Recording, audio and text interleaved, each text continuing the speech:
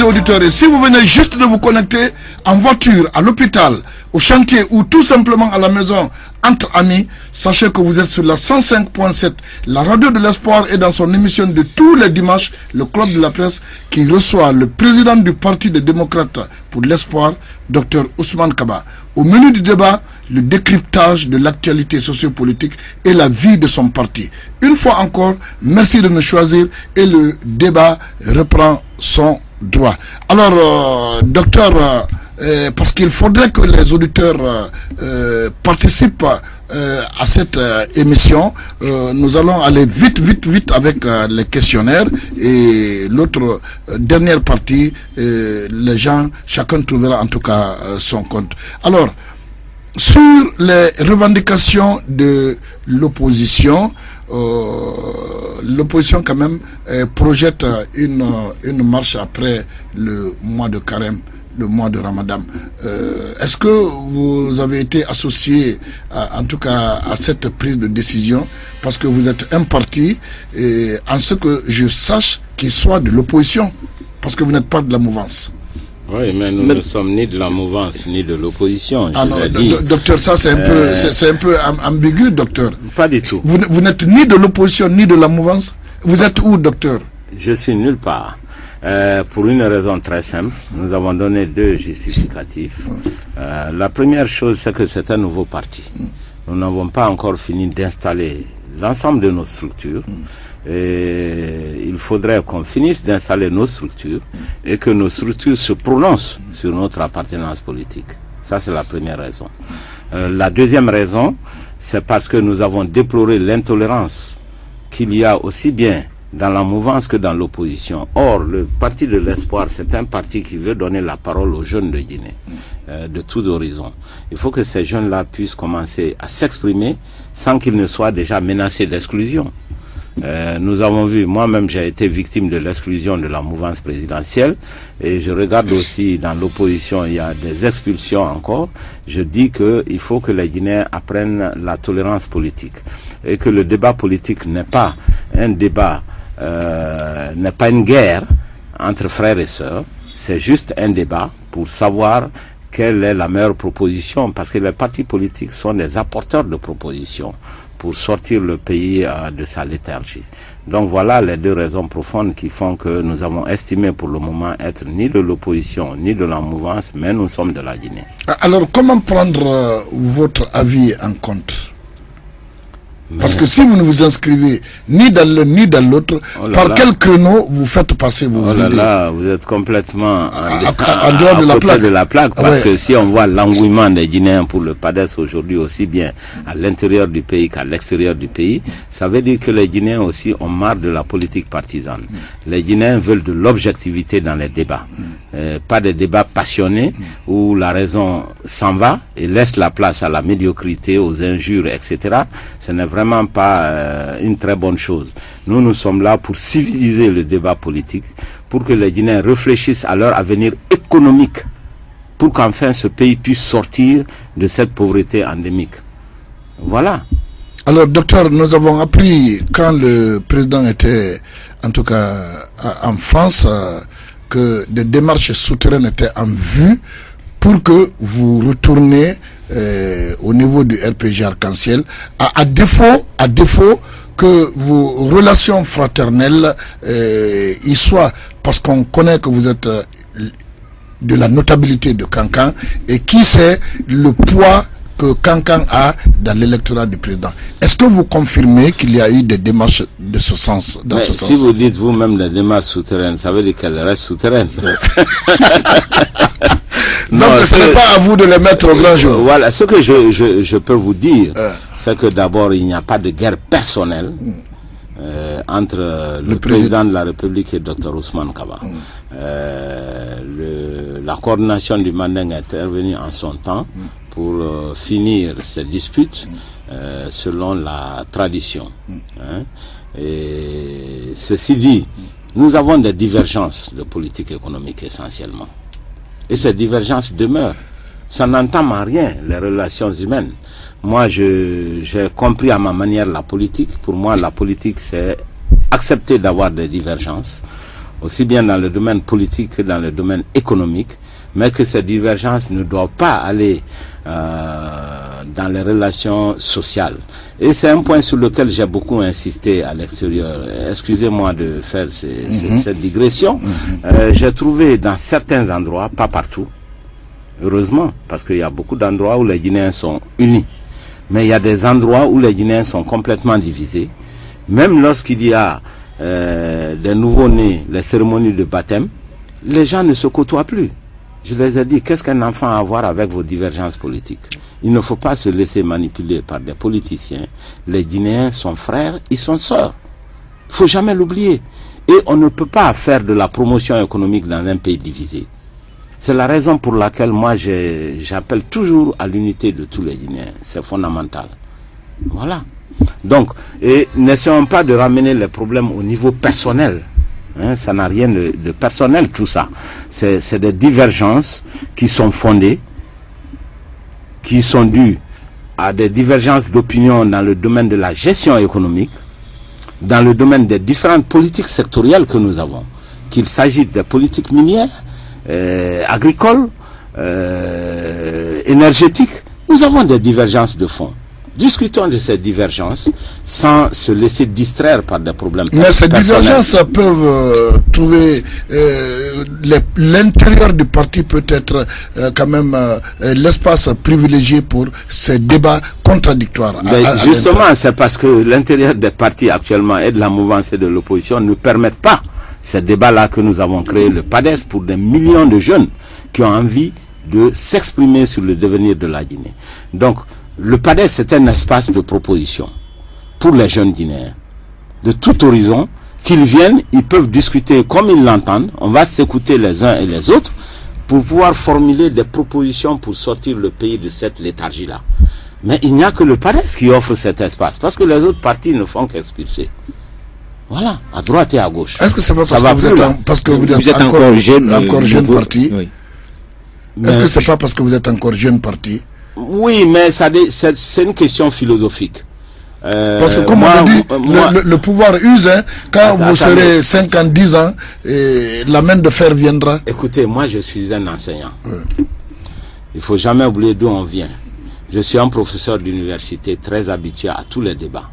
Si vous avez suivi mes débats à l'extérieur de la Guinée, vous verrez que je suis habitué, rien ne me choque. Et ce n'est pas parce que quelqu'un a une opinion contraire à la mienne que je dois m'énerver contre la personne, essayer d'agresser cette personne. Ça n'a absolument aucun sens parce qu'aucun être humain ne détient la vérité absolue. Mais docteur, celui qui explique aujourd'hui a lui aussi été professeur. Je connais pour moi. Ouais. Ok, docteur, par rapport aux revendications de la CENI, en toile de fond, il y a une marche prochaine qui aura lieu. Est-ce que vous souscrivez, est-ce que vous avez quelque chose par rapport à cette idée de marche, dans la mesure où on connaît les conséquences de la marche dans un jeune État comme la Guinée, une jeune démocratie? Bon, je pense que là encore, il faut distinguer les faits des opinions. Premier fait, la démocratie ne marche pas bien en Guinée, puisque nous n'arrivons pas à tenir nos élections à intervalles réguliers, ou en tout cas selon des échéanciers qui sont contenus dans les textes fondamentaux. Ça, c'est un fait. Les élections communales ont retardé, ça fait des années que nous n'arrivons pas à le faire, alors que beaucoup d'autres États arrivent à le faire en très peu de temps. Donc, il y a un problème qu'il ne faut jamais nier. Tu comprends? Alors, fait, nous avons une démocratie balbutiante où l'espace de dialogue ne débouche pas toujours sur des décisions concrètes. Voilà. Donc, il y a un malaise. La CENI, c'est un organe qui est là pour faire les élections selon des dates qui sont convenues. Fait, la CENI n'arrive pas à faire ses élections selon les dates convenues. Donc il y a quand même un problème. Il y a un problème de la marche démocratique de notre pays. Donc il faut le reconnaître. Ceci dit, est-ce que les marches actuellement sont la solution? Je n'en sais rien. Comme nous ne faisons pas partie de l'opposition, je n'ai pas participé aux différents débats, je ne peux pas me prononcer sur cette question. Et si les marches ne sont pas une solution, les dialogues non plus, parce que tous les termes de dialogue, semble-t-il, ne sont pas respectés. Et qu'est-ce qu'il faut, docteur? Pas marche, pas dialogue. Qu'est-ce qu'il faut alors pour que ça marche? Je n'ai jamais dit qu'il ne faut pas de marche. Ce qu'il faut, normalement, les marches sont une composante de la démocratie dans un pays. Pourvu que ces marches soient pacifiques, bien encadrées, et que ces marches ne se transforment pas en lieu de violence. En vendetta. En lieu de violence entre les habitants d'un même pays. Voilà, c'est ce que je dis. Je ne dis pas que les marches sont mauvaises, mais ces marches, si elles ont lieu, elles doivent être pacifiques. Alors, et docteur, que ces marches ne donnent pas lieu à des violences. Vous avez parlé d'élections, et qui parle d'élections en Guinée doit mettre au centre la CENI. Et la CENI est minée par des querelles et maintenant elle est en train d'exploser de son intérieur. Alors, quel regard portez-vous sur ça? Je crois que dès le départ, la CENI, dès sa naissance, la CENI a pris le mauvais chemin. Parce que les Guinéens, à l'époque, ont choisi, les acteurs politiques ont choisi une CENI politique. C'est ce qu'il ne fallait pas faire. À l'image de beaucoup d'autres pays, on aurait pu choisir une CENI où les gens sont désignés sur la base de leurs compétences, de la société civile essentiellement, et la CENI aurait dû avoir un comportement apolitique. Malheureusement, la CENI est constituée des représentants des partis politiques qui sont rentrés dans la querelle partisane. Donc la CENI a toujours eu des difficultés dans son fonctionnement. À cela s'ajoutent les problèmes de gestion à l'intérieur de la CENI aujourd'hui. Tout ceci amène à la paralysie de cette institution qui est surtout, qui est pourtant une institution fondamentale dans la démocratie. Docteur, le code électoral controversé qui a été voté à l'Assemblée le mois de février dernier a été hier validé par la Cour constitutionnelle et a autorisé le président de la République sa promulgation. Quelle est votre réaction? C'est une bonne chose. C'est toujours une avancée. Même si sur ce point numéro 2, on n'était pas tous d'accord. C'est pourquoi sur ce point-là, moi je m'étais abstenu en disant ceci. Tout accord politique est un progrès par rapport à un non-accord. Mais deuxièmement, à juste titre, beaucoup de citoyens se sont élevés contre le fait que les partis politiques vont désigner les chefs de quartier dès lors que ces partis gagnent l'élection communale. Ce qui pourrait être aussi source de violence. Je crois qu'il faut écouter également la rue. Il faut écouter les citoyens. Donc c'est ce point. Mais en général, un nouveau texte est toujours un progrès. Voilà. Okay. Donc je me réjouis de l'avancée de ce texte. Ok. Docteur, nous allons aborder cette partie économique de l'émission. Vous avez suivi surtout la question minière, Bouquet, qui a été érigé par le président en zone économique spéciale. Et ce n'est qu'après ça que des graves remous ont menacé la cité et qui ont eu l'onde de choc qui est parvenue récemment à Kamsar. Alors, qu'est-ce qui, selon vous, docteur, expliquerait ces graves crises dans les mines, parce que vous êtes un économiste, docteur? Parce que nous faisons une politique minière à l'envers. Je m'explique. La Guinée, c'est un pays qui a d'énormes réserves de bauxite. La bonne politique minière aurait consisté à essayer de transformer la bauxite que nous avons en alumine et éventuellement en aluminium. L'aluminium, qui est le produit final, nécessite énormément d'énergie que nous n'avons pas. Nous aurions pu avoir, si la Guinée avait valorisé beaucoup de ses barrages, la Guinée aurait été aujourd'hui le paradis de l'aluminium dans le monde. Ça n'a pas été le cas, c'est pas grave. Mais nous aurions pu au moins avoir plusieurs usines d'alumine. Je rappelle que la seule usine d'alumine qui existe, c'est l'usine de Fria. Cette usine a été construite en 1955 pendant la période coloniale, un peu juste avant l'indépendance de notre pays. L'usine est tombée en désuétude, elle s'est arrêtée avec les mouvements sociaux et le non-renouvellement des équipements à l'époque. Et aujourd'hui, cette usine est en train de reprendre vie puisque nous venons de passer il y a 48 heures un accord à l'Assemblée nationale entre Rissal et la Guinée. Donc c'était une avancée et nous avons tous voté, c'est une bonne chose, même s'il y a eu beaucoup de concessions dans le domaine fiscal, qu'à cela ne tienne. Alors ce qui se passe aujourd'hui, c'est que pendant que les autres pays refusent d'exporter de la bauxite, c'est le cas de l'Indonésie, c'est le cas de la Malaisie, la Guinée s'est engouffrée dans l'exportation de la bauxite à l'état brut. C'est une bauxite qui n'est même pas calcinée comme un CBG, c'est-à-dire qui n'est pas brûlée pour enlever l'eau. On prend juste la terre rouge et on l'exporte en quantité massive. Et nous avons un objectif de 70 millions de tonnes. Mais ce qu'on n'a pas bien étudié, c'est les conséquences sur l'environnement. Déjà.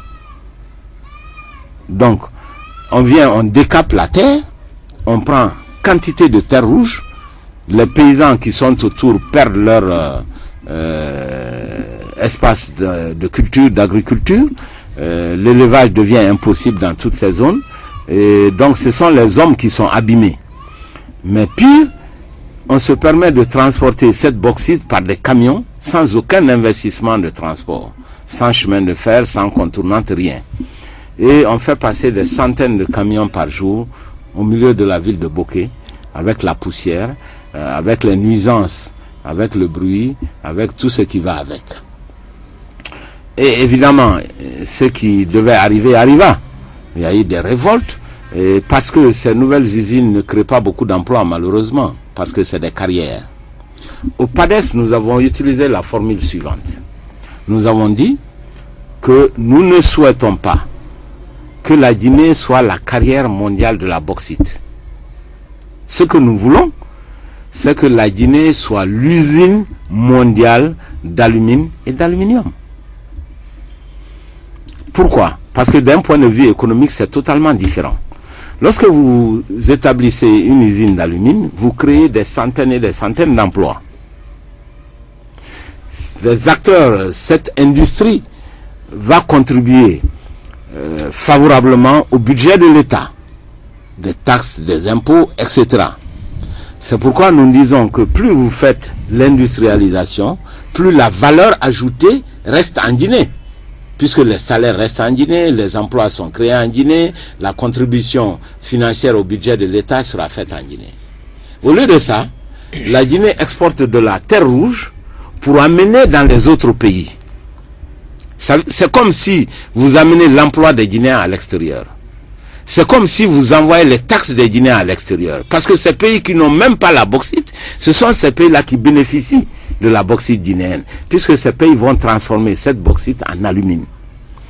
Les usines seront installées dans ces pays. Et ce sont les ressortissants de ces pays qui vont travailler, qui vont percevoir des salaires. Et ces usines vont payer des impôts et des taxes au gouvernement de ces pays. Vous comprenez? Donc d'un point de vue purement économique, ce n'est pas une bonne chose d'exporter la matière première. Il faut commencer un début d'industrialisation. Voilà le problème que nous avons. Alors comment cela a-t-il été possible qu'on ait tous ces incidents à Bokeh? C'est parce que la Guinée ne suit pas les procédures. Quand on veut faire un investissement minier n'importe où dans un pays, on commence par faire une étude de faisabilité technique et financière, suivie d'une étude d'impact environnemental. L'étude d'impact environnemental a justement pour objet de connaître quelles sont les conséquences de l'exploitation sur la faune et les flores, sur la faune et la flore, sur les hommes et sur l'environnement. Nous commençons par la fin. On commence par mettre des centaines de camions dans la ville de Bokeh. Les gens sont malades, il y a la poussière partout, on se révolte. Après on dit, ah non, il faut faire maintenant une contournante. Mais on aurait dû commencer par la contournante si on avait fait l'étude d'impact environnemental. De deux choses l'une. Soit on ne fait pas d'étude d'impact environnemental, ou alors quand on les fait, on ne les respecte pas. Parce que si c'était le cas, on n'aurait jamais eu ces révoltes dans la ville de Bokeh. Voilà un peu comment les choses se passent. Donc nous avons des divergences avec le gouvernement sur la politique minière en Guinée. Docteur, le cas de Bokeh, c'est celui qui est révélateur de beaucoup de cas. Nous avons certaines régions, même si, en tout cas, on n'en parle pas, mais à observer, quand on prend le cas de Banankoro, par exemple, ou le cas de Banankoro, le cas de Sigiri, le cas de Sigiri, le cas de Kouroussa, oui, etc., c'est où le couvert végétal est complètement dénaturé et les populations ont perdu, en tout cas, les domaines d'exploitation. Parce que dans les accords miniers, il est dit de restaurer l'environnement. Mais le gouvernement n'insiste pas auprès des compagnies minières qui font des exploitations de restaurer cet environnement. Et vous pensez que c'est des dessous de table qu'on donne à la place de cette action de restauration? Je n'en sais rien, franchement. Et docteur, mais c'est bien possible. Ce qui est sûr, c'est que le gouvernement ne fait pas son travail de restauration de l'environnement, n'oblige pas les compagnies minières à réparer la nature après l'exploitation minière. Et docteur, vous qui êtes chargé de contrôler l'action gouvernementale en tant que député, que faites-vous dans ce sens? Absolument rien. C'est une assemblée décevante. L'Assemblée actuelle est décevante parce que elle ne remplit pas sa fonction de contrôle de l'action gouvernementale. Et comme elle aurait dû le faire. L'Assemblée elle-même est très mal gérée. Vous le savez, nous avons beaucoup discuté à l'Assemblée nationale. Savez-vous que le député guinéen n'a pas la possibilité de regarder son propre budget, le budget de l'Assemblée nationale? C'est jamais arrivé.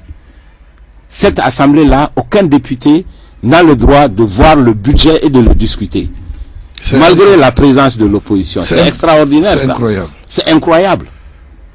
Le président, à cause de l'opacité dans la gestion. Le président, il est tout fait. C'est ça l'opacité dans la gestion. C'est-à-dire que là encore, je voudrais qu'on distingue les faits des opinions. Là, c'est un fait. Le fait est que le député guinéen n'a pas le droit de discuter du budget de l'Assemblée nationale, même pendant la session budgétaire. C'est un fait. Alors que le rôle de l'Assemblée nationale, justement, c'est de discuter le budget de toutes les institutions. Ce que nous faisons d'ailleurs, même le budget de la présidente de la République, mais pas le budget de l'Assemblée nationale. C'est pour vous dire le niveau d'opacité dans la gestion de cette Assemblée. Docteur, est-ce que c'est autant dire, comme on le dit, qu'il n'y a pas quand même un équilibre, il n'y a pas un respect entre les différents pouvoirs. Est-ce que vous pensez aujourd'hui que l'Assemblée nationale de la Guinée, avec le président, constitue une caisse de résonance du pouvoir? Est-ce que ça c'est une réalité, docteur? Caisse de résonance dans une certaine mesure, mais pas totalement. Parce qu'à l'Assemblée, quand même, les gens ont le droit de s'exprimer. Nous avons une opposition qui n'est pas insignifiante, qui est suffisamment forte, qui peut porter la voix de la contradiction. Même si au niveau des votes, l'Assemblée pourra toujours voter ce que souhaite. Mais est-ce que vous pensez que le pouvoir interfère au niveau de l'Assemblée? Mais c'est logique.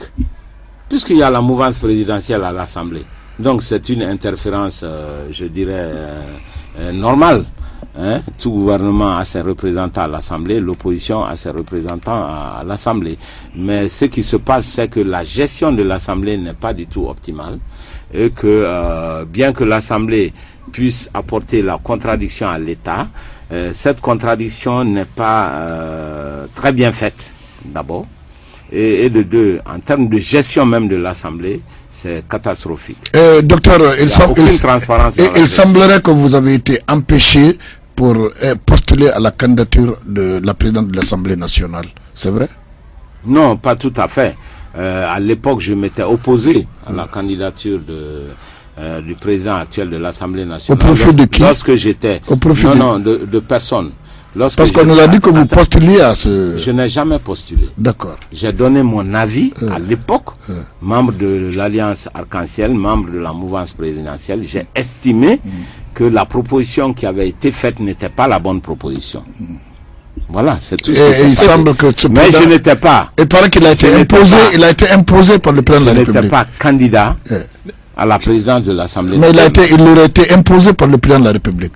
Enfin, vous savez, les histoires, les termes d'imposition, moi je ne suis jamais d'accord parce que l'être humain est né libre. Moi j'estime que chaque fois que je ne suis pas d'accord, je m'exprime. Est-ce qu'il y a des je me suis exprimé à l'époque. D'ailleurs, j'étais le seul député de toute la mouvance présidentielle à dire que je ne suis pas d'accord avec le choix qui avait été fait. Voilà. Donc moi j'assume ma responsabilité d'homme libre. Et docteur, qu'est-ce qui a fait les premières propositions ont changé? Parce qu'au départ, on disait que c'est Adja Nantou qui allait être la présidente de l'Assemblée nationale parce que c'est elle qui était à la tête de celle qui a piloté la liste. Vous mélangez les rumeurs et les propositions officielles. Après aussi, on avait appris que c'était Michel Kamano. C'était des rumeurs. D'accord. Ok, docteur, on va aller aux choses plus sérieuses et qui crèvent les yeux. La question de sécurité avec tout ce que ça englobe et la question de l'insalubrité. Parce que vous avez vu tout récemment un grave accident de la circulation qui a fait plus de 21 morts et 3 jours après, un autre accident toujours à Kabylie qui a fait 3 ou 4 morts. Est-ce que vous imputez cette responsabilité au gouvernement de la République de Guinée? Donc, si vous permettez, avant que le docteur nous réponde à cette question, il y a récemment le Premier ministre guinéen, dans une de ses débats télévisés, disait que le taux de croissance de notre pays est à 6%. Est-ce que, docteur, ça c'est vrai en tant qu'économiste? 6,7%. Le FMI en a même parlé. 6,6%. Le FMI en a parlé. En 2016. Ouais. Mais c'est une reprise de croissance parce que la Guinée a une croissance pratiquement nulle pendant 3-4 années. À cause de la récession et aussi à cause de la maladie. Et que cette projection est valable pour 2017. Voilà, ça, moi je ne suis pas d'accord pour 2017 et suivant. Je ne suis pas sûr que cette croissance va se renouveler. Elle est due au rebond naturel de l'économie après une période de stagnation et de croissance zéro. Elle est due aussi à l'introduction de nouvelles compagnies minières à Boké, justement dans cette zone, à l'exportation de beaucoup de bauxite pendant l'année 2016. Mais nous n'aurons pas la même croissance en 2017. D'accord. Docteur, sur la question de la sécurité. Sur la question de sécurité, vous savez, l'État a 2 fonctions régaliennes. Parce que fonction régalienne, ça veut dire les fonctions essentielles de l'État. Et ça a toujours été comme ça à travers le monde. Les 2 fonctions régaliennes de l'État, c'est la sécurité et c'est la justice. C'est fondamental. C'est la raison pour laquelle même un État qui est élu, si vous n'arrivez pas à assurer la sécurité des citoyens, vous n'arrivez pas à régler par la justice les conflits qui naissent nécessairement dans toute société, vous devenez un État illégitime. Donc c'est extrêmement important.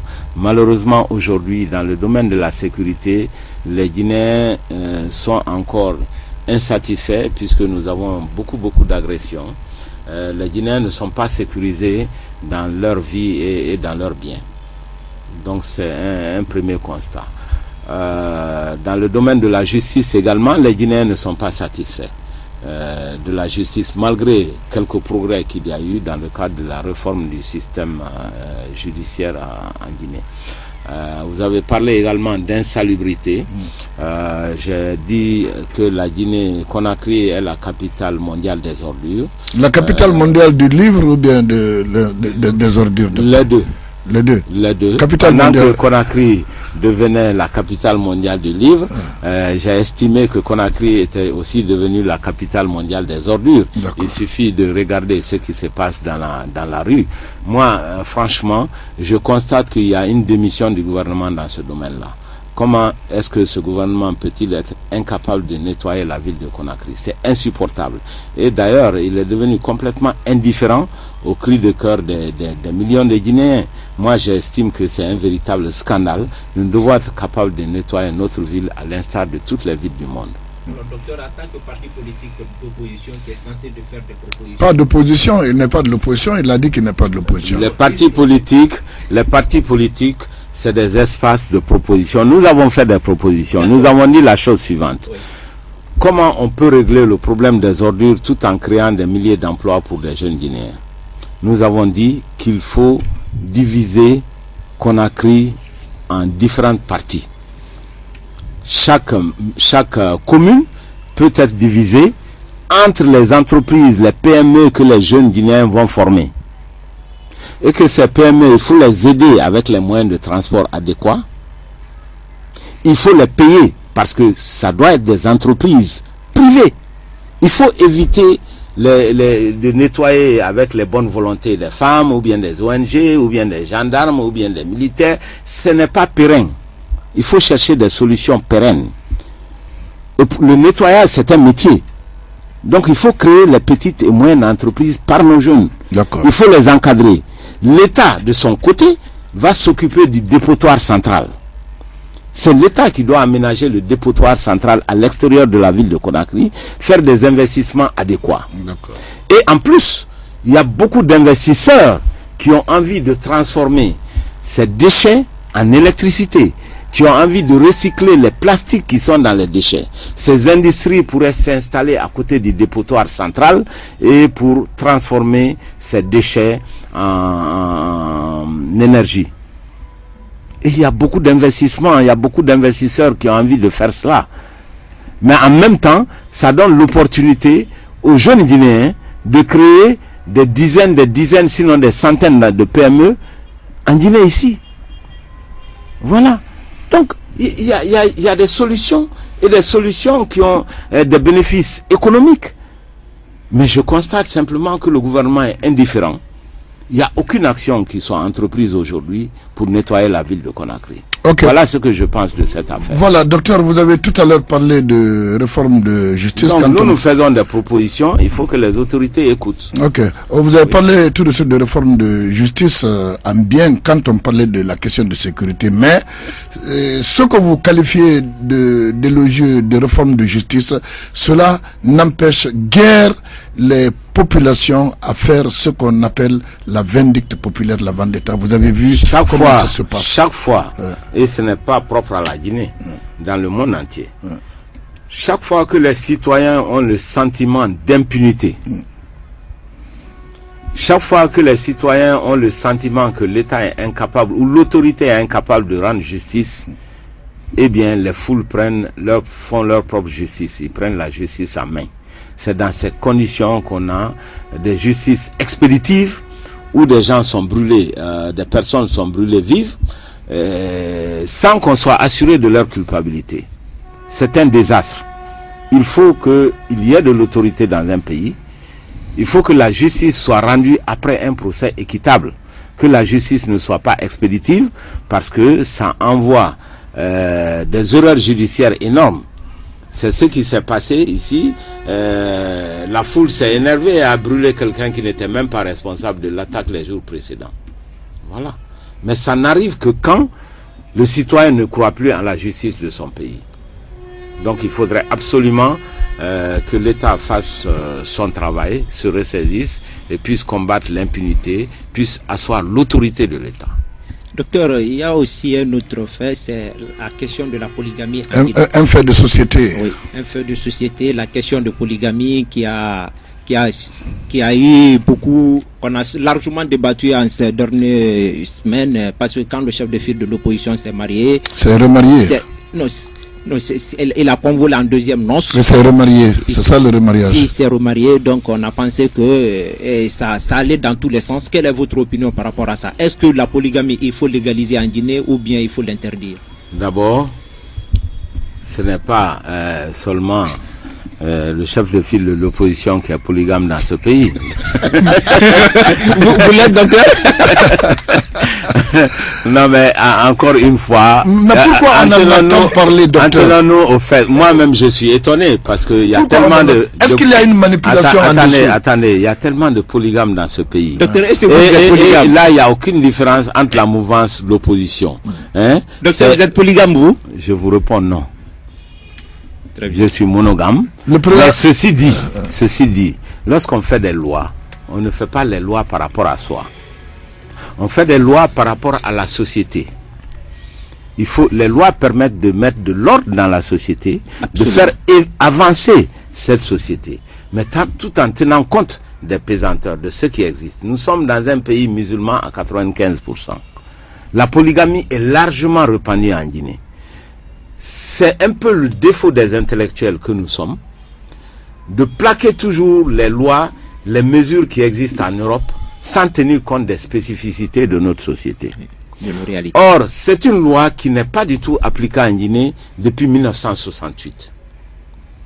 Donc, comme on dit, c'est une loi qui est tombée en désuétude. L'honnêteté aurait été de rediscuter de la question et que les Guinéens trouvent un compromis entre le désir d'émancipation des femmes, entre le désir de liberté des femmes et de retour de la dignité des femmes et la réalité effective sur le terrain. Voilà ce que j'en dis. Évitons de plaquer les lois n'importe comment, mais ça n'a rien à voir avec le chef de file de l'opposition, puisque pratiquement tous les adultes guinéens sont polygames. Tous les gouvernements ont toujours été polygames. Encore aujourd'hui, pratiquement toute l'Assemblée est polygame à quelques exceptions près. Le président de l'Assemblée est polygame. J'ai dit tout le monde. Ce n'est pas le président de l'Assemblée seulement, c'est tout le monde pratiquement en Guinée. Donc je pense qu'il ne faut pas biaiser le débat. Le statut de chef de file de l'opposition n'a rien à voir avec le débat de la polygamie. Est-ce que c'est pourquoi vous refusez de voter le nouveau code électoral, le nouveau code civil à l'Assemblée? Non, je ne pense pas. Je ne pense pas. J'ai pas souvenance qu'on ait recusé un code à cause de ce problème de polygamie. De toute façon, l'Assemblée a la latitude de faire des amendements. Je pense que le code civil a beaucoup d'autres problèmes que le problème de polygamie. Okay. Et du reste, le calendrier de l'Assemblée a été tellement chargé que les grands textes n'ont pas pu Docteur, on va réserver peut-être 20 minutes aux auditeurs pour qu'ils puissent appeler sur les 3 numéros, le 657 10 77 00, 621 40 50, 661 15 10 02. Mais avant, la dernière question pour vous dans ce studio, la candidature indépendante, l'avènement de Emmanuel Macron a suscité pas mal de choses. Vous êtes politique. Est-ce que vous serez favorable un jour à une candidature indépendante au niveau des grandes élections législatives et présidentielles? Oui, pourquoi pas. Je crois que c'est ce qu'il faut parce que en France, c'est un événement majeur. Vous savez, la politique française est bipolarisée depuis près d'un siècle pratiquement. Il y a la droite, il y a la gauche.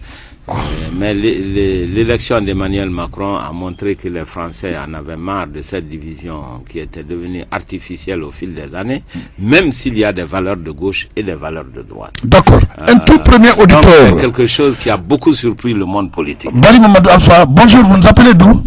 Je vous appelle de Madina. Bonjour mon oncle. Oncle, comment va? Je vous souhaite en tout cas de terminer bien ce Ramadan. Ouais, bon Ramadan, Traoré. Merci. Merci. Bon, je voulais poser des questions à mon grand frère et je félicite beaucoup. Je sais qu'il avait pris un courage que moi-même je vais prendre parce que moi je sais je pouvais rentrer dans la communauté de communautarisme, mais les Malinqués c'est mes oncles. Le président Alpha Condé avait traité les cas de Malinké depuis lors. Vraiment, je le félicite pour ça. Maintenant, les questions que je vais poser. Monsieur Kaba, qu'est-ce que vous pensez de l'adoption du code électoral au niveau de la Cour constitutionnelle? C'est ma première question. Ma deuxième question, qu'est-ce que M. Kaba pense de la nomination de M. Bangali Kourouma qui avait parlé d'un problème de 3e mandat à Kokomandrez à Gérékoré? Et enfin, ma troisième question, qu'est-ce qu'il pense est-ce qu'on ira aux élections communales avant la fin de cette année? Parce que l'opposition l'exige au risque d'aller dans les manifestations pacifiques. Je vous remercie. Merci, très cher oncle. Merci en tout cas de nous pratiquer et surtout de la fidélité. Voilà, rapidement parce que les auditeurs vont se bousculer. Bon, merci. L'adoption du code électoral. Merci, M. Barry. L'adoption du code électoral par la Cour constitutionnelle est une bonne chose. Vous l'avez dit ici déjà? Oui, je l'ai déjà dit, c'est une avancée. Même s'il y a des réserves sur le point de l'accord qui a été transmis dans le nouveau code. C'est une bonne chose que je salue. D'accord. Vous parlez de la nomination de M. Bangali Kourouma. Je n'en sais rien parce que je n'aime pas commenter les problèmes personnels. D'accord. Et l'élection, à quand les élections? Est-ce que ça aura lieu cette année? Justement, je n'en sais rien. Parce que vous n'êtes pas à la CENI. À la CENI. Moi, je souhaite que l'élection ait lieu. C'est quelque chose que j'ai toujours déploré en Guinée, que les échéances électorales ne soient pas respectées. D'accord. C'est pas une bonne chose. Un second auditeur, M. So nous appelle de Koloma. Bonsoir, M. So. Bonjour, bonsoir, comment ça va? Oui, allez-y avec les questions rapidement, s'il vous plaît. bonjour à votre invité. Oui, il l'a entendu déjà. Ok, bon, moi je les félicite. Oui. Et je les encourage. Oui.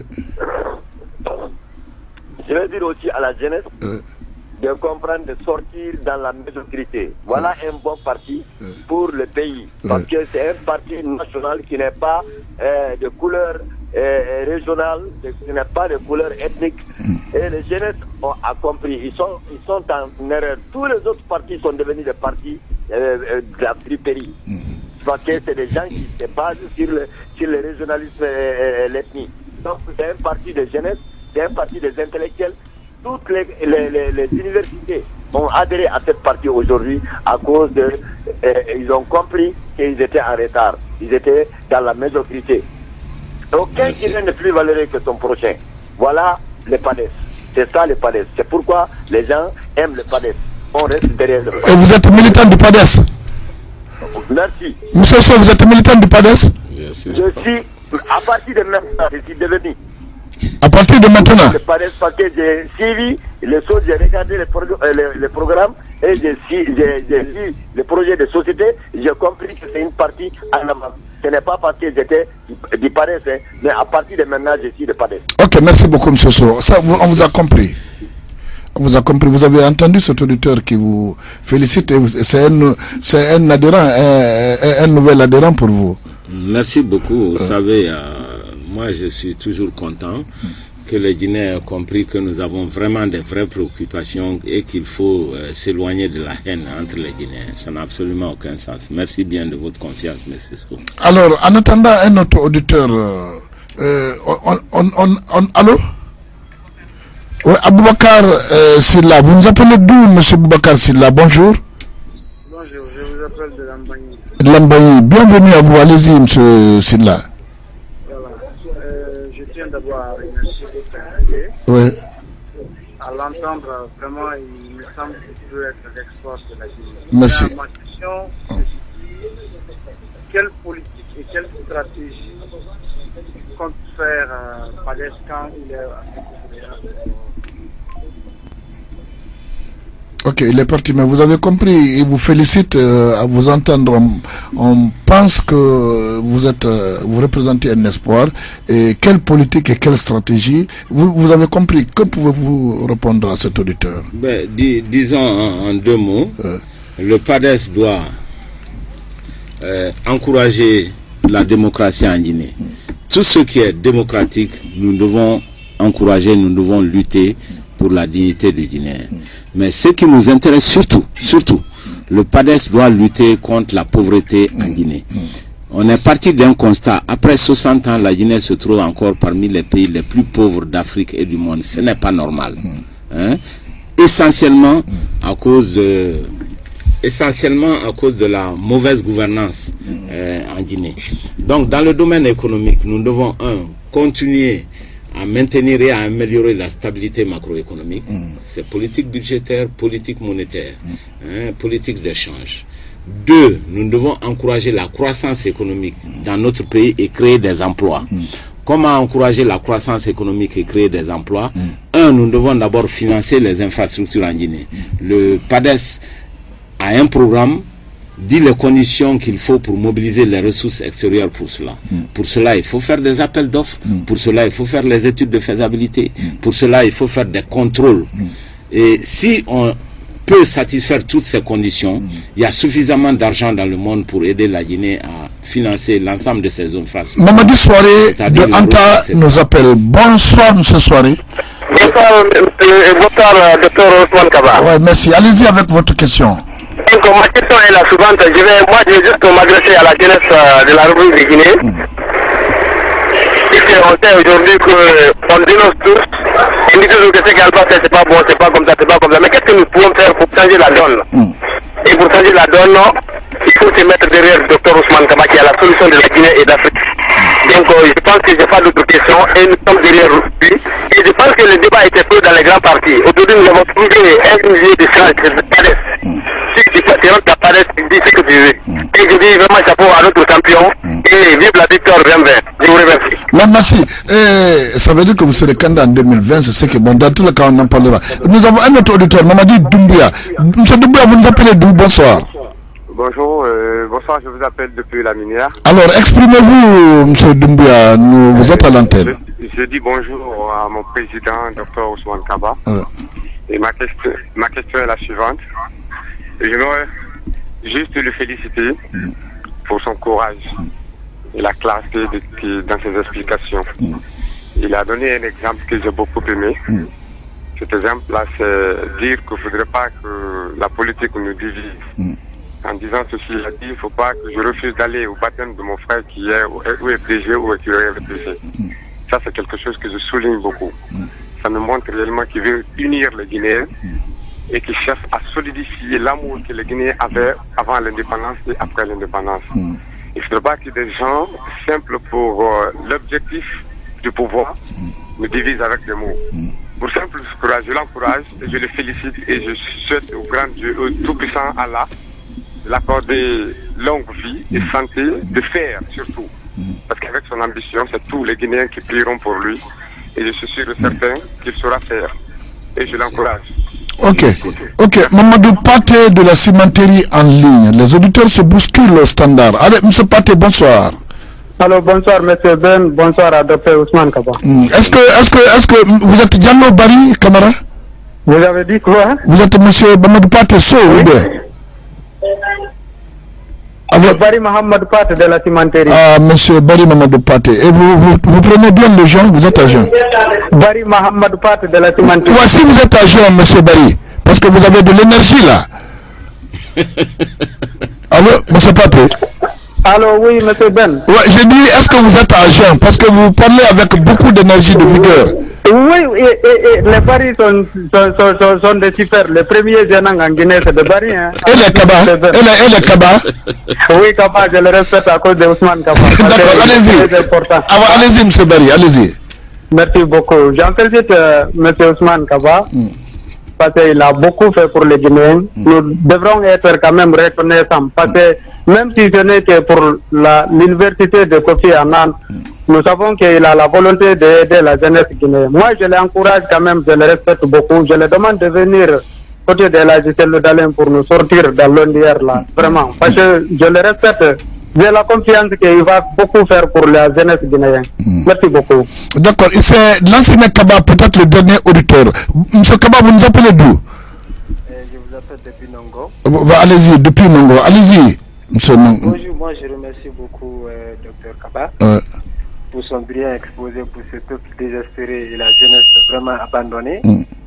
Et un moment sans espoir dans les marchés.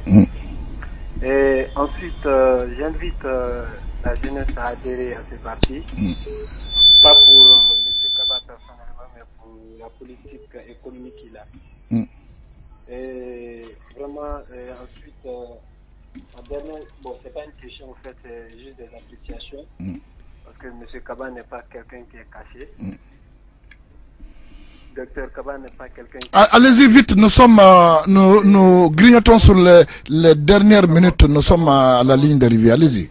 Un leader qui ne veut pas tromper son peuple, il va toujours chercher à éduquer ce peuple. Et ensuite, vraiment nous remercions M. Kaba et nous souhaitons longue vie et courage et nous le soutenons. Merci. Ok. En tout cas, voilà comment va prendre fin cette émission pour vous, les auditeurs. Monsieur Kaba, Docteur Kaba, vous avez appris toutes les bonnes choses que ces auditeurs ont dit de vous. On a évidemment pris au cours de temps, mais vous allez conclure cette émission peut-être en disant ce que vous avez à cœur pour les Guinéens et pour votre parti, le PADES. Merci beaucoup. Vous savez, un parti, c'est un espace de proposition. Nous avons dit que nous sertons à sortir la Guinée de la pauvreté. Ceci s'articule autour des éléments de programme dont il faut parler. Pour sortir un pays de l'ornière, il faut commencer par les infrastructures, j'en ai parlé. Qu'il s'agisse des routes, des autoroutes, etc. Nous avons les moyens financiers. Et docteur, quel regard jetez-vous sur nos routes maintenant, parce que c'est une catastrophe, tout le monde va bien. qu'on n'a plus de route en Guinée. Et j'ai déjà expliqué dans plusieurs émissions pourquoi on n'a pas de route en Guinée, parce que le gouvernement est incapable de mobiliser. Mais le Premier ministre avait mis un programme d'urgence pour Écoutez, c'est pas une question de programme, c'est une question de gouvernance. En Guinée, on a dit qu'il y a 92% des marchés publics qui sont gré à gré. C'est un fait. Lorsque vous donnez les marchés publics gré à gré, vous ne pouvez pas avoir l'argent des autres sur cette base. Lorsqu'il n'y a pas de contrôle, vous ne pouvez pas avoir l'argent des autres sur cette base. Il n'y a pas de contrôle parce que même les routes que nous-mêmes nous finançons sont dégradées chaque 6 mois. Ça veut dire que ça n'a pas été fait correctement. Il n'y a pas d'étude de faisabilité technique et financière sur nos projets. Voilà le gros problème. C'est pour ça qu'on n'arrive pas à avoir suffisamment d'argent pour faire nos routes. Parce que les bailleurs de fonds ne peuvent pas financer les routes de Guinée à cause de ça. Il faut respecter les règles du jeu. Ça, c'est un élément très important. Deuxièmement, nous avons des divergences en matière d'énergie. Qu'à l'État, c'est une très bonne chose, mais il aurait fallu faire beaucoup plus de barrages. Au lieu de faire plusieurs barrages à l'intérieur du pays, notamment en Haute-Guinée, en Guinée forestière, on a acheté des groupes électrogènes pour plus d'$1 milliard. Donc la Guinée a gaspillé beaucoup d'argent les années passées pour acheter des groupes électrogènes. Nous n'avons même pas l'argent pour acheter le carburant et faire marcher ces groupes électrogènes. C'est une mauvaise stratégie politique. Alors, il faut encourager le secteur privé parce que c'est le secteur privé qui donne de l'emploi à nos milliers de jeunes. On ne peut pas combattre le chômage avec ce que l'on fait actuellement. Or, ces millions de jeunes qui sortent des écoles de formation et des universités, quel emploi nous avons pour eux? Il faut développer le tourisme, il faut développer l'habitat, il faut développer l'artisanat dans notre pays. Tout ça, c'est des créateurs d'emplois, sans parler de la culture. Je souhaite que la culture guinéenne soit une culture qui rapporte beaucoup d'argent à la Guinée. C'est bien possible parce que la Guinée est le foyer de la culture ouest-africaine. Voilà un peu quelques éléments. Nous n'avons pas eu le temps de rentrer dans tous les détails, mais nous avons un programme, nous avons des propositions pour sortir la Guinée de la pauvreté. C'est ça. D'accord. Et je voudrais vraiment que les Guinéens se donnent la main de ne pas se laisser tromper par des politiciens. Nous sommes de même père et de même mère. Okay. Merci, voilà. Merci docteur. Les Guinéens sont de même père, même mère. Et avant de boucler, remercier les auteurs, on dit que les Condés ne prennent pas le mois de carême. Est-ce que vous soutenez ça? J'ai l'impression que c'est les Traoré qui disent ça. D'accord. En tout cas, vous avez une alliance avec les Condés. Je comprends pourquoi. Très chers amis et auditeurs. Même les Keita et les Bari, les Fofana, même eux, ils gênent. Ok. Chers amis et auditeurs, voilà comment prend fin cette émission. Et à dimanche prochain, pour un autre numéro, si Dieu, le protège des jours à venir, le veut bien. Je rappelle qu'était avec nous le docteur Ousmane Kaba, président du Parti des démocrates pour l'espoir. Au revoir.